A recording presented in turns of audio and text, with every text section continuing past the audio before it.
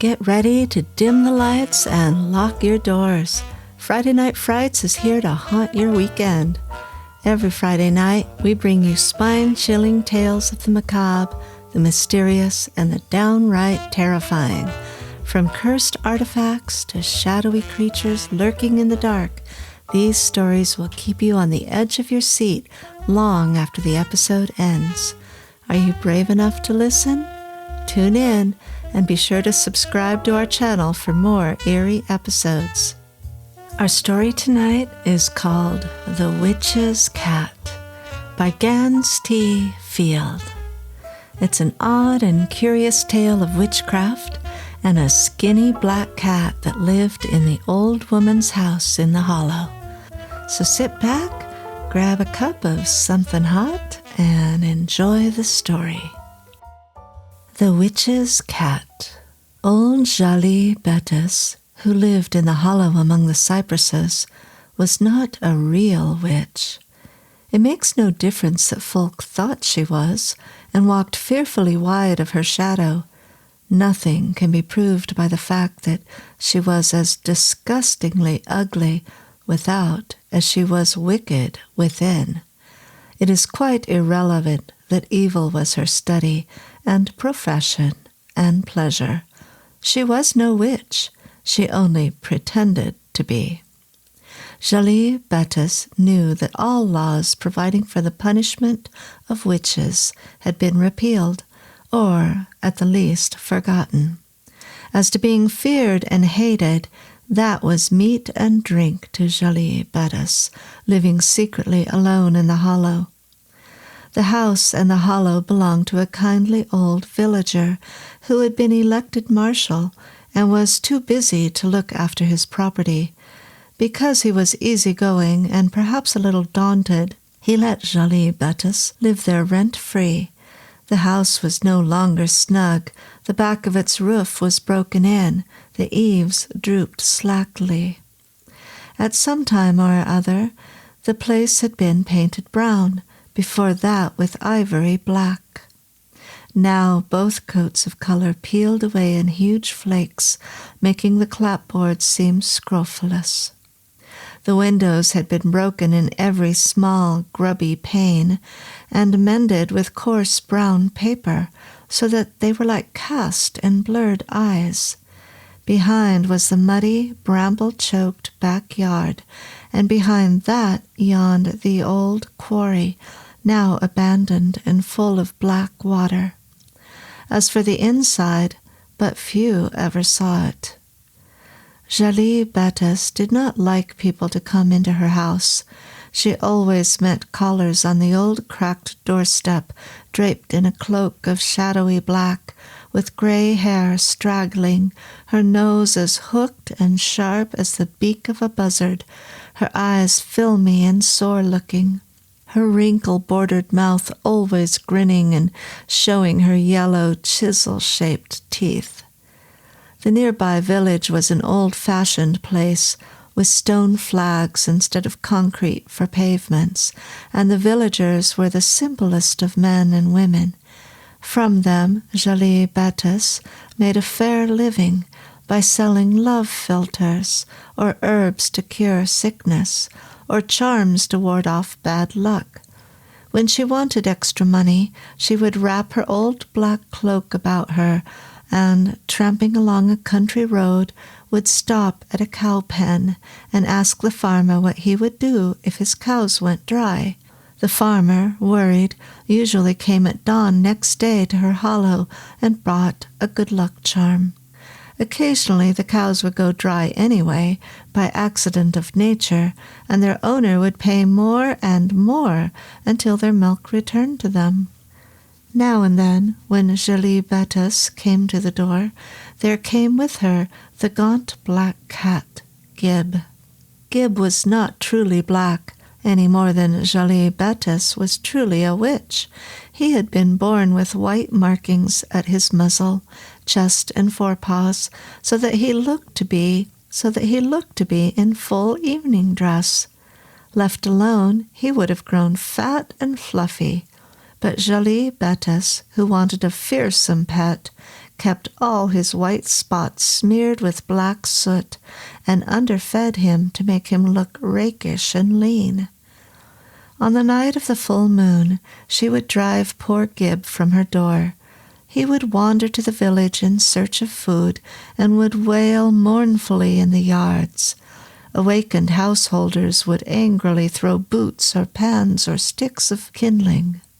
Often Gibb was hit, and his cries were sharpened by pain. When that happened, Jolie Betis took care to be seen next morning with a bandage on head or wrist. Some of the simplest villagers thought that Gibb was really the old woman, magically transformed. Her reputation grew, as did Gibb's unpopularity. But Gibb did not deserve mistrust. Like all cats, he was a practical philosopher who wanted to be comfortable and quiet and dignified. At bottom, he was amiable. Like all cats, too, he loved his home above all else, and the house in the hollow, be it ever so humble and often cruel, was home. It was unthinkable to him that he might live elsewhere. In the village he had two friends, black-eyed John Frey, the storekeeper's son, who brought the mail to and from the county seat, and Ivy Hill, pretty blonde daughter of the town marshal, the same town marshal who owned the hollow and let Jael Betis live in the old house. John Frey and Ivy Hill were so much in love with each other that they loved everything else, even black-stained, hungry Gibb. He was grateful. If he had been able, he would have loved them in return, but his little heart had room for one devotion only, and that was given to the house in the hollow. One day, Jolie Betis slouched darkly into old Mr. Frey's store and up to the counter that served for post office. Leering, she gave John Frey a letter. It was directed to a certain little-known publisher, asking for a certain little-known book. Several days later, she appeared again, received a parcel, and bore it to her home. In her gloomy, secret parlor, she unwrapped her purchase.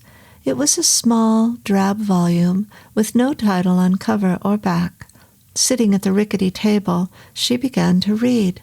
All evening and most of the night she read, forgetting to give Gibb his supper, though he sat hungrily at her feet. At length, an hour before dawn, she finished.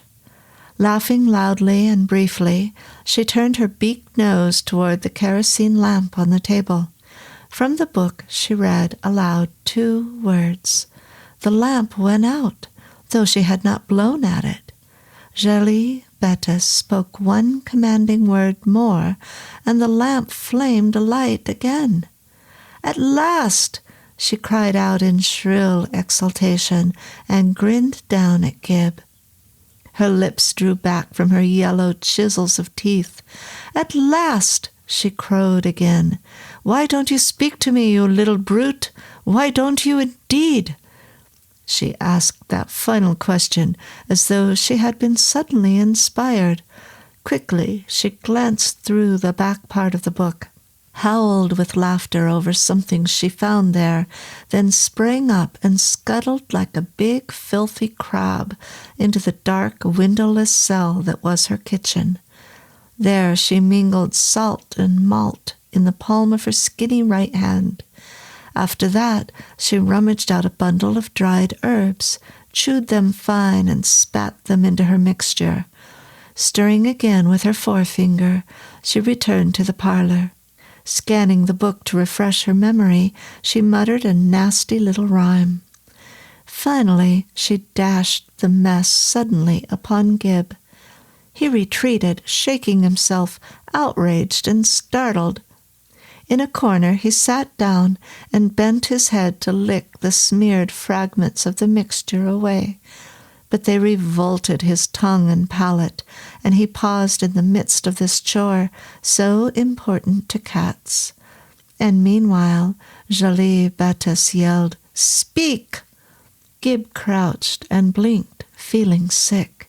His tongue came out and steadied his lips.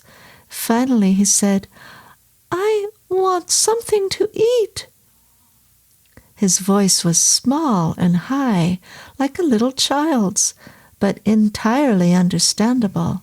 Jolie Bettis was so delighted that she laughed and clapped her bony knees with her hands in self-applause. "It worked," she cried. "No more humbug about me. You understand? I'm a real witch at last, and not a fraud." Gibb found himself able to understand all this more clearly than he had ever understood human affairs before. "I want something to eat," he said again, more definitely than before. "I didn't have any supper, and it's nearly—" "Oh, stow your grab," snapped his mistress. "This book, crammed with knowledge and strength that made me able to do it, I'll never be without it again, and it'll teach me all the things I've only guessed at and mumbled about. I'm a real witch now, I say, and if you don't think I'll make those ignorant sheep of villagers realize it—" Once more she went off into gales of wild, cracked mirth, and threw a dish at Gibb. He darted away into a corner just in time, and the missile crashed into blue and white china fragments against the wall. But Jolie Bettis read aloud from her book an impressive gibberish, and the dish reformed itself on the floor. The bits crept together and joined, and the cracks disappeared as trickling drops of water form into a pool. And finally, when the witch's twig-like forefinger beckoned, the dish floated upward like a leaf in a breeze and set itself gently back on the table. Gibb watched warily. "That's small to what I shall do hereafter," swore Jolie Bettis.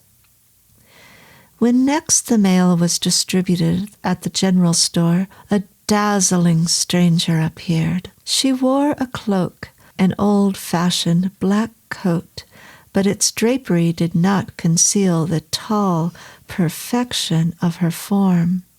As for her face, it would have stirred interest and admiration in larger and more sophisticated gatherings than the knot of letter-seeking villagers. Its beauty was scornful but inviting, classic but warm, with something in it of Grecian sculpture and Oriental allure. If the nose was cruel, it was straight. If the lips were sullen, they were full. If the forehead was a suspicion low, it was white and smooth. Thick, thunder-black hair swept up from that forehead and backward to a knot at the neck. The eyes glowed with strange hot lights, and wherever they turned, they pierced and captivated. People moved away to let her have a clear, sweeping pathway forward to the counter. Until this stranger had entered, Ivy Hill was the loveliest person present. Now she looked only modest and fresh and blonde in her starched gingham, and worried to boot. As a matter of fact, Ivy Hill's insides felt cold and topsy-turvy because she saw how fascinated was the sudden attention of John Frey. "Is there," asked the newcomer in a deep, creamy voice, "any mail for me?" "What's your name, ma'am?" asked John Frey, his brown young cheeks turning full crimson. "Bettis, Jael Bettis." He began to fumble through the sheaf of envelopes with hands that shook. "Are you," he asked, "any relation to the old lady of that name, the one who lives in the hollow?"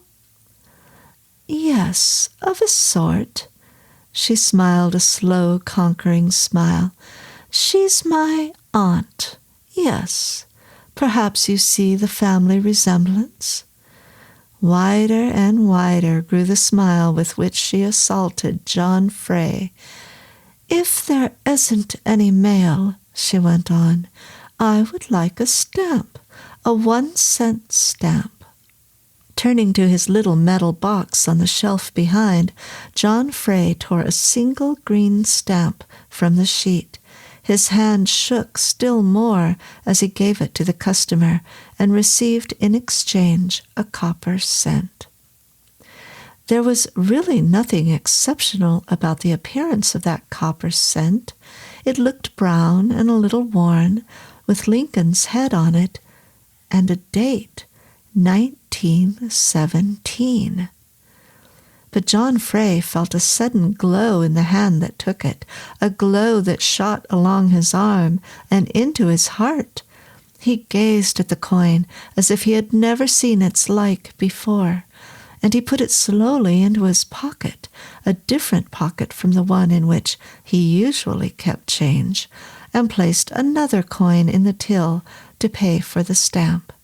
Poor Ivy Hill's blue eyes grew round and downright miserable. Plainly, he meant to keep that copper piece as a souvenir. But John Frey gazed only at the stranger, raptly, as though he were suddenly stunned or hypnotized. The dark, sullen beauty drew her cloak more tightly around her and moved regally out of the store and away toward the edge of town. As she turned up the brush-hidden trail to the hollow, a change came.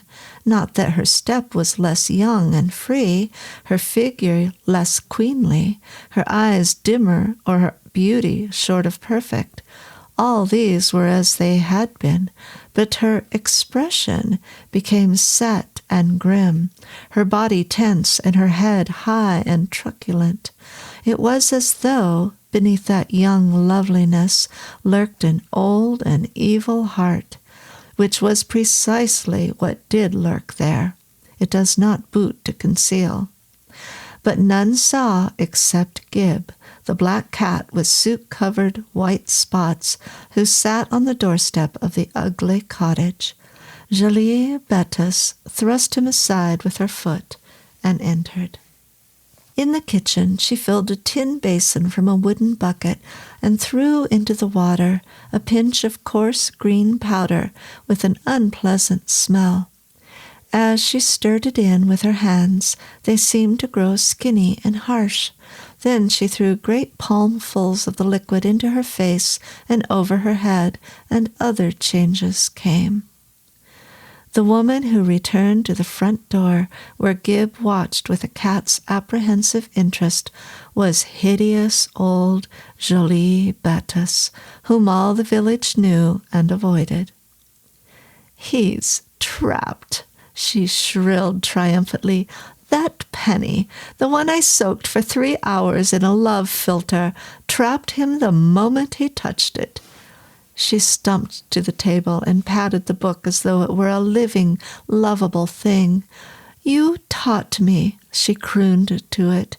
"You're winning me the love of John Frey." She paused, and her voice grew harsh again. "Why not? I'm old and ugly and awful, but I can love, and John Frey is the handsomest man in the village." The next day she went to the store again, in her new and dazzling person as a dark, beautiful girl. Gibb, left alone in the hollow, turned over in his mind the things that he had heard. The new gift of human speech had brought with it, of necessity, a human quality of reasoning, but his viewpoint and his logic were as strongly feline as ever. Jolie Bettis's dark love that lured John Frey promised no good to Gibb. There would be plenty of trouble, he was inclined to think, and trouble was something that all sensible cats avoided. He was wise now, but he was weak. What could he do against danger? And his desires, as they had been since kittenhood, were food and warmth and a cozy sleeping place and a little respectful affection. Just now he was getting none of the 4. He thought also of Ivy Hill. She liked Gibb, and often had shown it.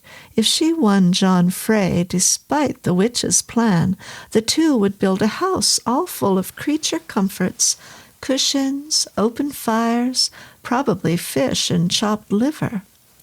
Gibb's tongue caressed his soot-stained lips at the savory thought. It would be good to have a home with Ivy Hill and John Frey, if once he was quit of Jolie Bettis.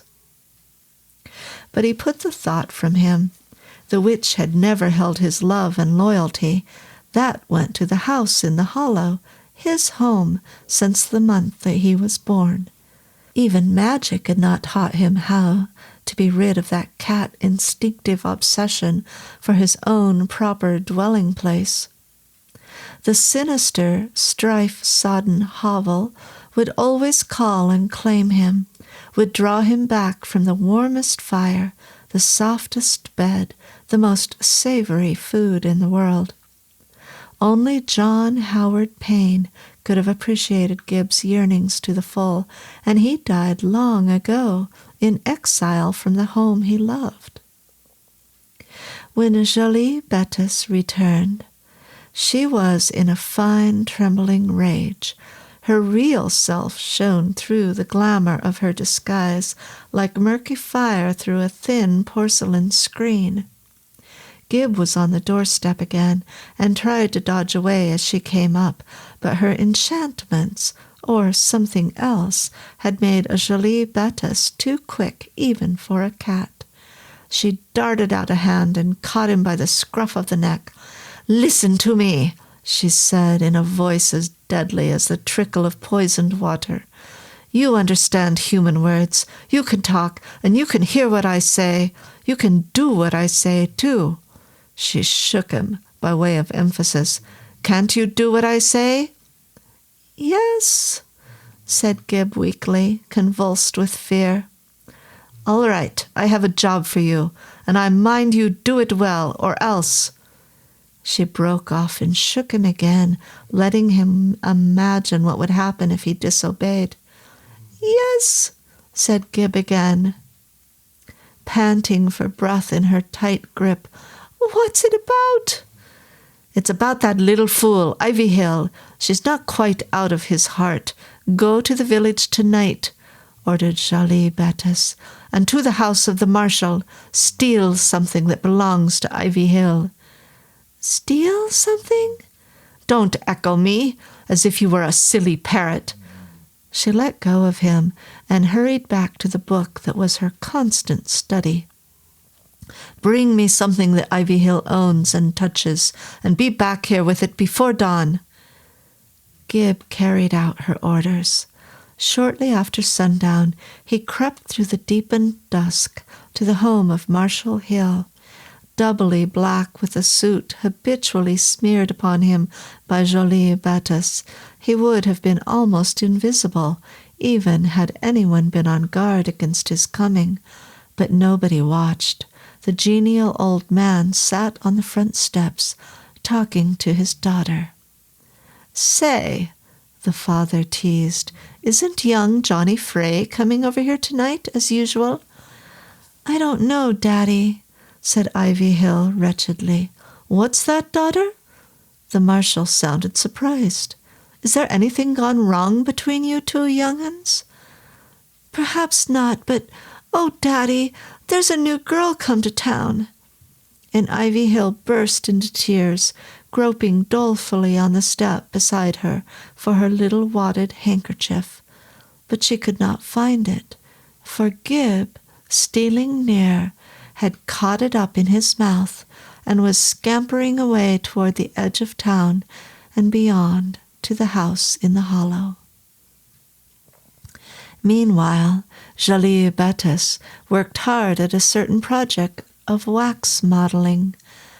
Any witch or student of witchcraft would have known at once why she did this. After several tries, she achieved something quite interesting and even clever, a little female figure that actually resembled Ivy Hill. Jolie Bettis used the wax of 3 candles to give it enough substance and proportion. To make it more realistic, she got some fresh pale gold hemp, and of this made hair, like the wig of a blonde doll, for the wax head. Drops of blue ink served for eyes, and a blob of berry juice for the red mouth. All the while she worked, Jolie Bettis was muttering and mumbling words and phrases she had gleaned from the rearward pages of her book. When Gibb brought in the handkerchief, Jolie Bettis snatched it from his mouth with a grunt by way of thanks. With rusty scissors and coarse white thread, she fashioned for the wax figure a little dress. It happened that the handkerchief was of gingham, and so the garment made all the more striking the puppet's resemblance to Ivy Hill. "You're a fine one," tittered the witch, propping her finished figure against the lamp. "You'd better be scared." For it happened that she had worked into the waxen face an expression of terror. The blue ink of the eyes made wide, round blotches, a stare of agonized fear, and the berry juice mouth seemed to tremble, to plead shakily for mercy. Again Jolie Bettis refreshed her memory of goetic spells by poring over the back of the book, and after that she dug from the bottom of an old pasteboard box a handful of rusty pins. She chuckled over them, so that one would think triumph already hers. Laying the puppet on its back so that the lamplight fell full upon it, she began to recite a spell. "I have made my wish before," she said in measured tones. "I will make it now, and there was never a day that I did not see my wish fulfilled." Simple, vague, but how many have died because those words were spoken in a certain way over images of them? The witch thrust a pin into the breast of the little wax figure and drove it all the way in with a murderous pressure of her thumb. Another pin she pushed into the head, another one into the arm, another into the leg, and so on, until the gingham-clad puppet was fairly studded with transfixing pins. "Now," she said, "we shall see what we shall see." Morning dawned, as clear and golden as though wickedness had never been born into the world. The mysterious new paragon of beauty, well, not a young man of the village but mooned over her, even though she was reputed niece and namesake of that unsavory old vagabond, Jolie Bettis. She walked into the general store to make purchases. One delicate pink ear turned to the gossip of the housewives. "Wasn't it awful?" they were all agreeing. "How poor little Ivy Hill was suddenly sick, almost to death. She didn't seem to know her father or her friends. Not even Dr. Melcher could find out what was the matter with her. Strange that John Frey was not interested in her troubles, but John Frey sat behind the counter, slumped on his stool like a mud idol, and his eyes lighted up only when they spied lovely young Jolie Bettis with her market basket."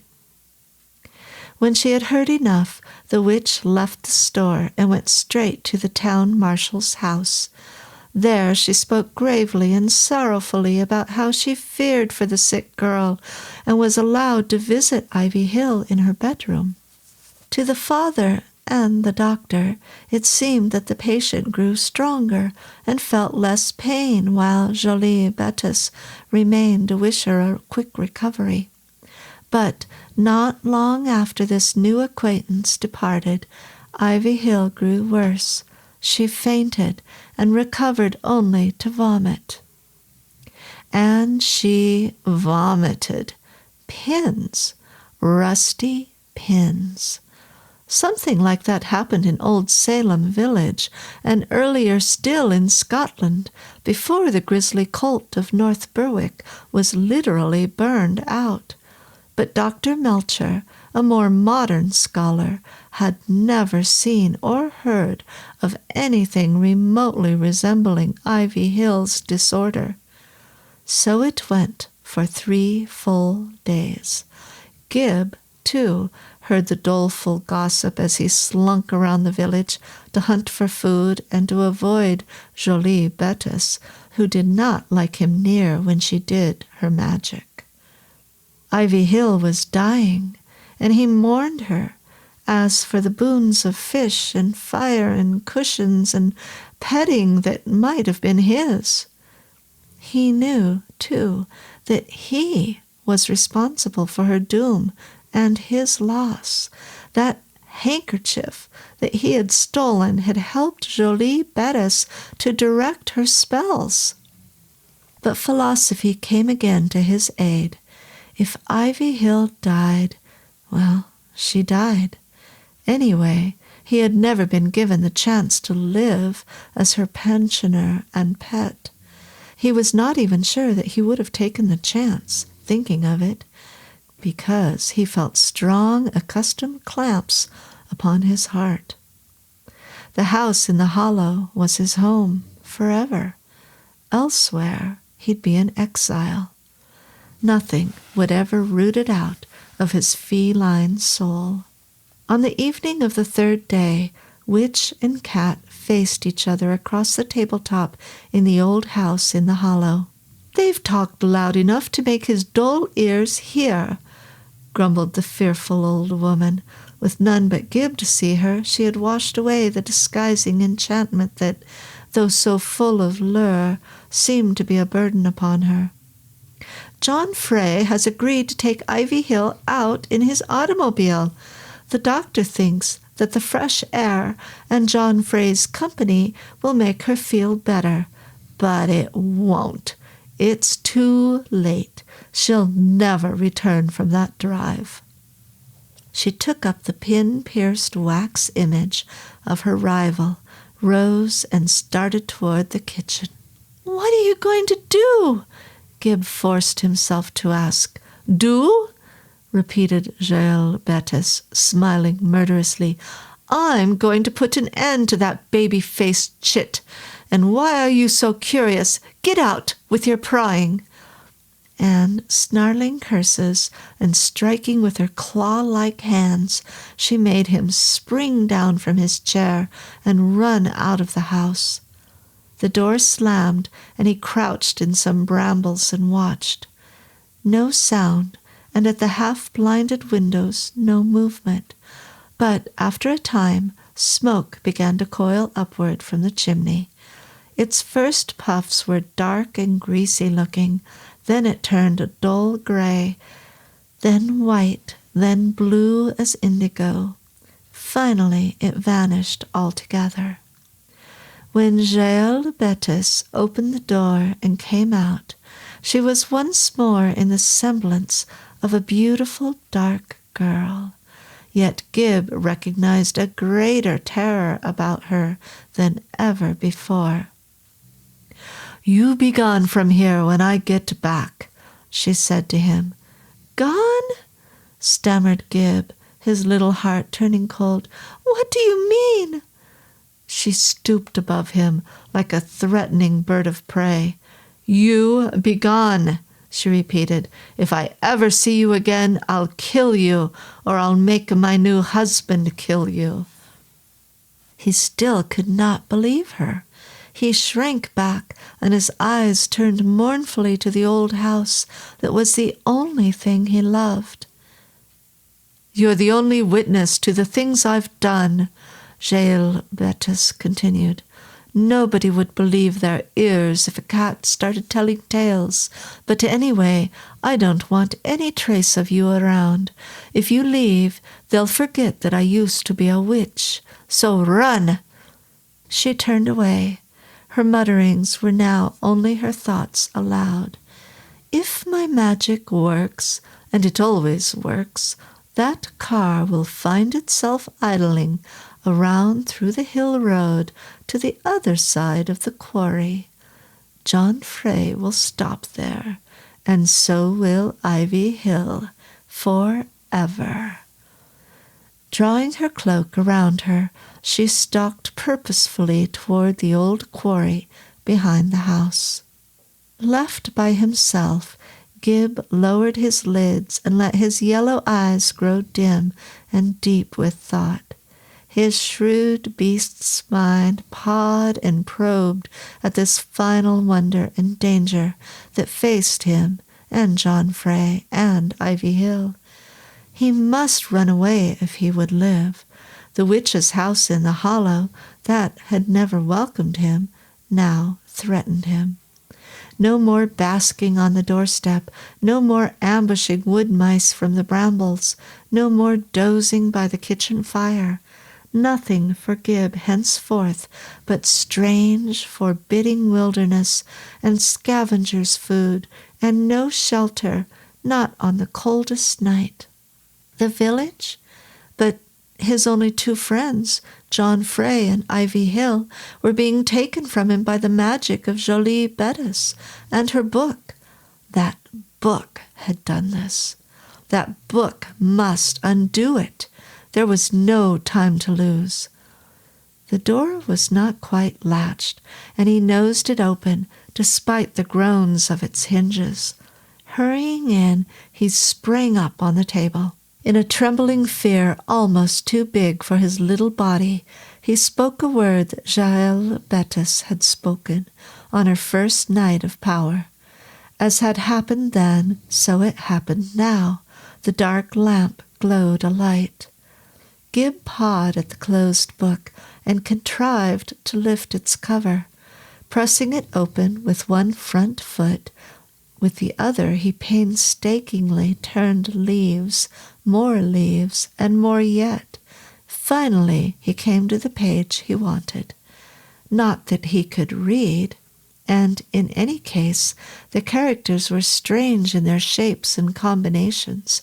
Yet if one looked long enough and levelly enough, even though one were a cat and afraid, they made sense, conveyed intelligence.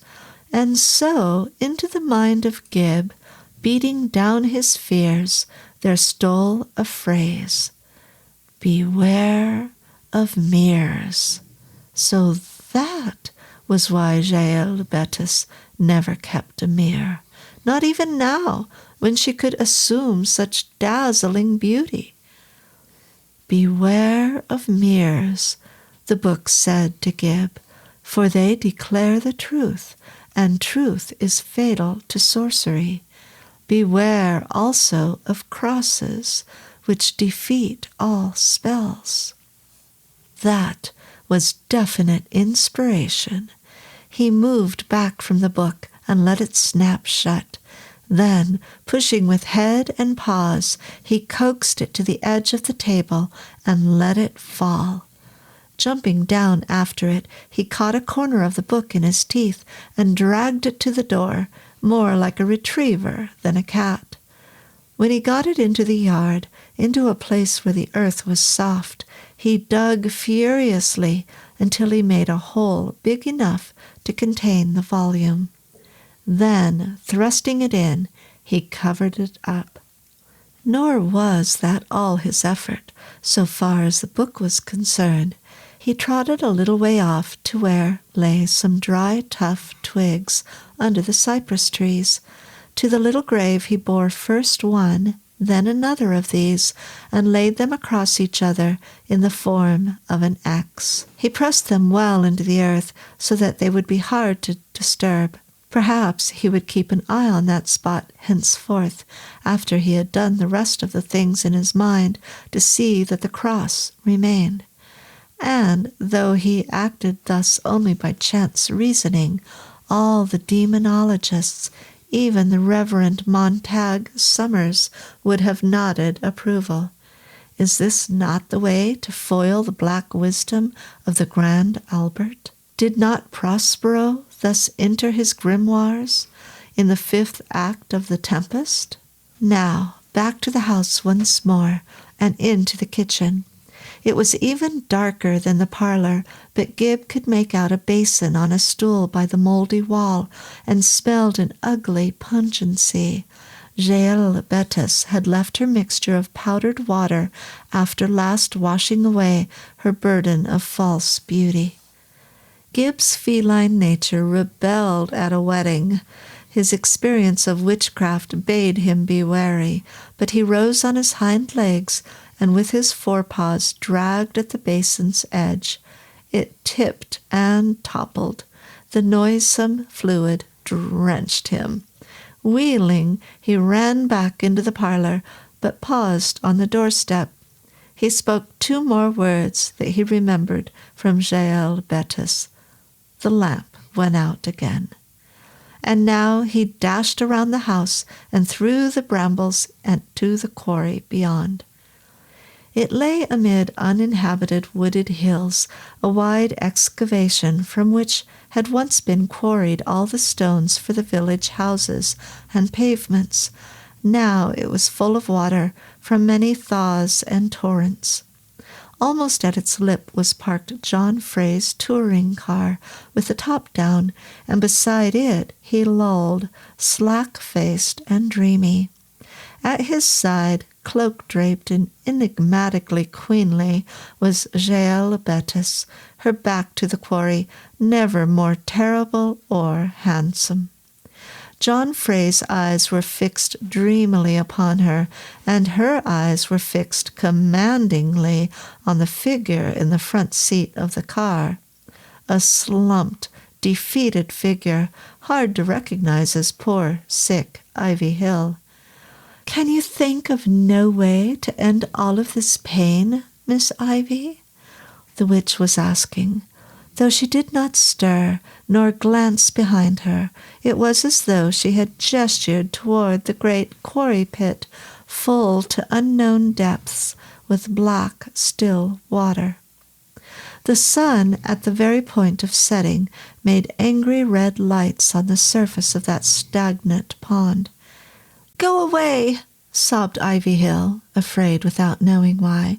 "Please, please, go away!"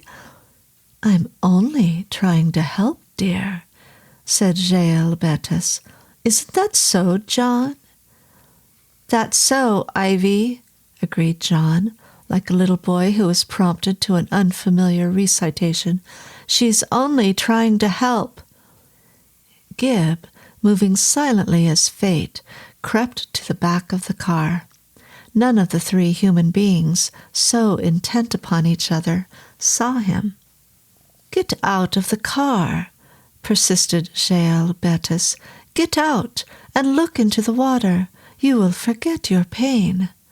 "Yes, yes," chimed in John Frey mechanically. "You will forget your pain." Gibb scrambled stealthily to the running board, then over the side of the car and into the rear seat. He found what he had hoped to find, Ivy Hill's purse, and it was open. He pushed his nose into it. Tucked into a little side pocket was a hard, flat rectangle, about the size and shape of a calling card. Well, all normal girls carry mirrors in their purses, and mirrors, all mirrors, show the truth. Gibb clamped the edge with his mouth and struggled to drag the thing free. "Miss Ivy," Jael Bettis was commanding, "get out of this car and come and look into the water of the quarry."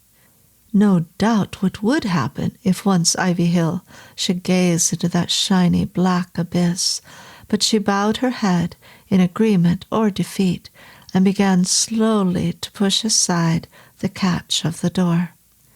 Now or never, thought Gibb. He made a little noise in his throat and sprang up on the side of the car next to Jael Bettis.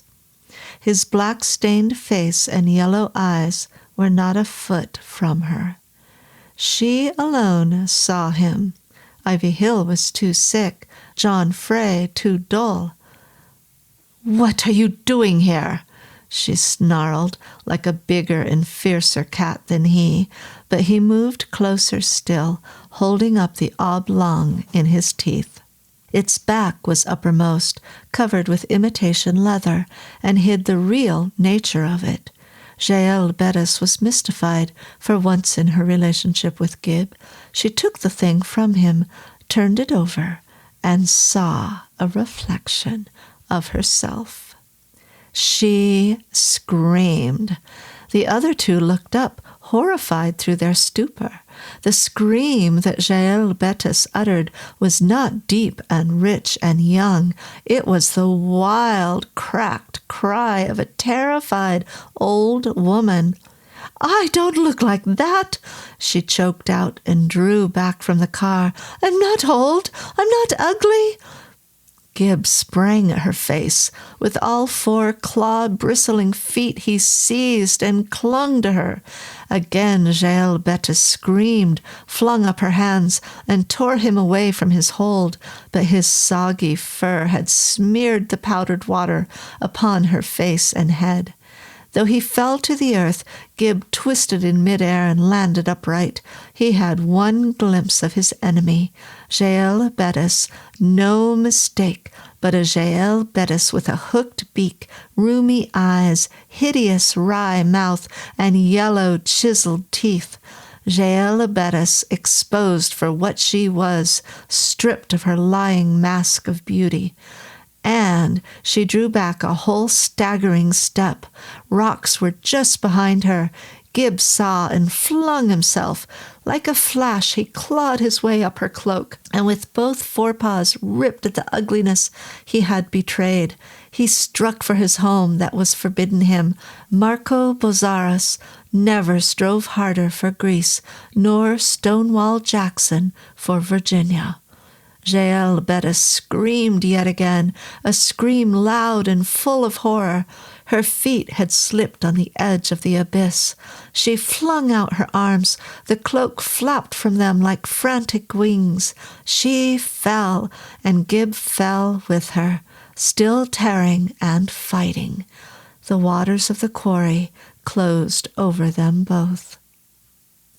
Gibb thought that it was a long way back to the surface and a longer way to shore, but he got there and scrambled out with the help of projecting rocks. He shook his drenched body, climbed back into the car, and sat upon the rear seat. At least Jael Bettis would no longer drive him from the home he loved. He'd find food some way and take it back there each day to eat. With tongue and paws he began to rearrange his sodden fur. John Frey, clear-eyed and wide awake now, was leaning in and talking to Ivy Hill. As for her, she sat up straight as though she had never known a moment of sickness. "But just what did happen?" she was asking. John Frey shook his head, though all the stupidity was gone from his face and manner. "I don't quite remember. I seem to have awakened from a dream. But are you all right, darling?" "Yes, I'm all right." She gazed toward the quarry and the black water that had already subsided above what it had swallowed. Her eyes were puzzled, but not frightened. "I was dreaming, too," she said. "Let's not bother about it." She lifted her gaze and cried out with joy. "There's that old house that Daddy owns. Isn't it interesting?" John Frey looked too. "Yes, the old witch has gone away. I seem to have heard she did." Ivy Hill was smiling with excitement. "Then I have an inspiration. Let's get Daddy to give it to us, and we'll paint it over and fix it up, and then—" She broke off with a cry of delight. "I declare, there's a cat in the car with me." It was the first she had known of Gibb's presence. John Frey stared at Gibb. He seemed to have wakened only the moment before. "Yes, and he's a thin one, isn't he? But he'll be pretty when he gets a thorough cleaning himself. I think I see a white shirt front." Ivy Hill put out a hand and scratched Gibb behind the ear. He's bringing us good luck, I think. John, let's take him to live with us when we have the house fixed up and move in." "Why not?" asked her lover. He was gazing at Gibb. "He looks as if he was getting ready to speak." But Gibb was not getting ready to speak. The power of speech was gone from him, along with Jael Bettis and her enchantments. But he understood, in a measure, what was being said about him and the house in the hollow. There would be new life there, joyful and friendly this time, and he would be a part of it forever, in his loved home, with plenty of food and warmth and shelter. He could only purr to show his relief and gratitude. Well, everybody, that was a fun story, had a good ending. I hope you enjoyed it, and I hope you'll be back next week for another installment of Friday Night Frights with your host, Ginger Winters. Have a great week, everyone. As a beekeeper, I know bees are generally friendly little critters until they're not. No matter how careful you are, sooner or later, you're gonna feel the sting. That's why I keep Bee Itch Stop close by. Made right here in Nevada with all natural ingredients, it soothes the burns, calms the swelling, and takes the itch right out. Safe for all ages and skin types. It works on mosquito bites, wasp stings, spider bites, and even cactus thorns and poison ivy. Whether you're tending hives or just enjoying the great outdoors, don't get caught without Bee Itch Stop. Get yours today.